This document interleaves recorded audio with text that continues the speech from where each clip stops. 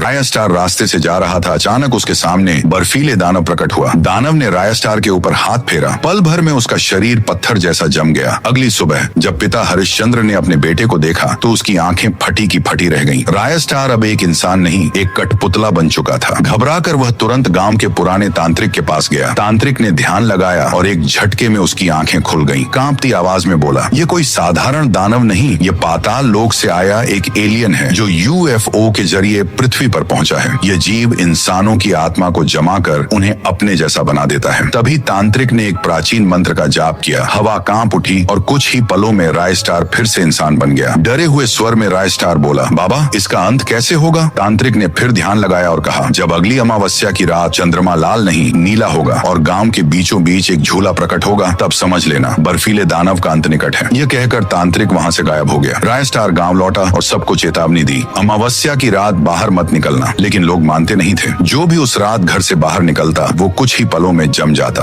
और वो इंसान धीरे धीरे उसी बर्फीले दानव में तब्दील हो जाता। ये सिलसिला 30 साल से चल रहा था। कोई नहीं जानता था ये सब क्यों हो रहा है। फिर एक अमावस्या की रात आई। गांव में मेला लगा था। खुशियां थीं, झूले थे, दुकानें थीं। रात के ठीक 12 बजे राय स्टार अपनी छत पर गया और चंद्रमा को घूरने लगा। चंद्रमा लाल था और तभी आसमान से वही बर्फीला दानव उड़ता हुआ दिखाई दिया। दानव के गांव में उतरते ही जमीन जम गई। लोग भागने लगे मगर कोई नहीं बच सका। जो बचे वो मारे गए। 500 साल बीत गए। फिर आई अमावस्या की रात। चंद्रमा का रंग नीला हो गया। आसमान लाल हो उठा। सन्नाटा छा गया। राय स्टार दौड़कर गांव के बीच पहुंचा और उसकी आंखें चमक उठी। सामने वही झूला था। राय स्टार झूले पर बैठ गया। झूला तेजी से नाचने लगा। तभी झूले से एक आवाज आई, इस दानव का अंत किसी इंसान के हाथों नहीं होगा। इसे खत्म करेगा वही जिसका शरीर आधा इंसान और आधा जानवर हो। राय स्टार चौंका, मेरा शरीर भी आधा इंसान और आधा खरगोश जैसा है, यानी मैं ही इसका अंत कर सकता हूँ। झूला रुक गया। अगली अमावस्या गांव एक बार फिर शांत था। रात के 12 बजे वही दानव आया और इंसान का रूप लेकर राय स्टार की ओर बढ़ा। राय स्टार दौड़ता हुआ झूले की ओर भागा और गायब हो गया। दानव ने सोचा शायद ये झूले में है। वह झूले पर बैठ गया। झूला जोर जोर से नाचने लगा। अचानक आसमान लाल हो गया। एक तेज आवाज के साथ यूएफओ आसमान से उतरा और दानव को अपनी ओर खींचते हुए ले गया, हमेशा के लिए। अगली सुबह गांव के सभी जमे हुए लोग ठीक हो गए। गांव में फिर कभी कोई बर्फीली घटना नहीं हुई। लेकिन हर अमावस्या की रात आज भी